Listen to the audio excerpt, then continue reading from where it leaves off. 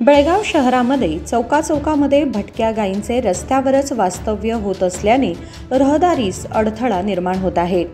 Belgaum Kittur Channamma club road रस्त्यावर गायी आणि वासरूंचा कळप अगदी बिनधास्तपणे रस्त्यावरच बसलेले दृश्य पाहायला मिळाले।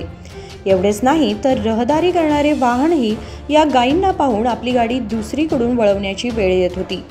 जवळपास 1-2 तास रस्त्यावरच बसून राहिल्याने वाहतूक खोळंबली होती। हे दृश्य पाहून ट्रॅफिक पोलिसांनी या गायींना हटवले, रस्ता वाहतुकीसाठी मोकळा केला।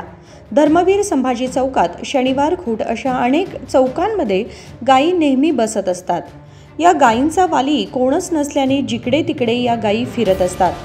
अशा या गायींना सुखरूप ठिकाणी वास्तव्य करून दिल्यास होणारे वाहतुकीस अडथळे दूर होऊ शकतात असे नागरिकातून बोलले जात आहे। Mahadev Pawar, Kannadamma news network, Belgaum.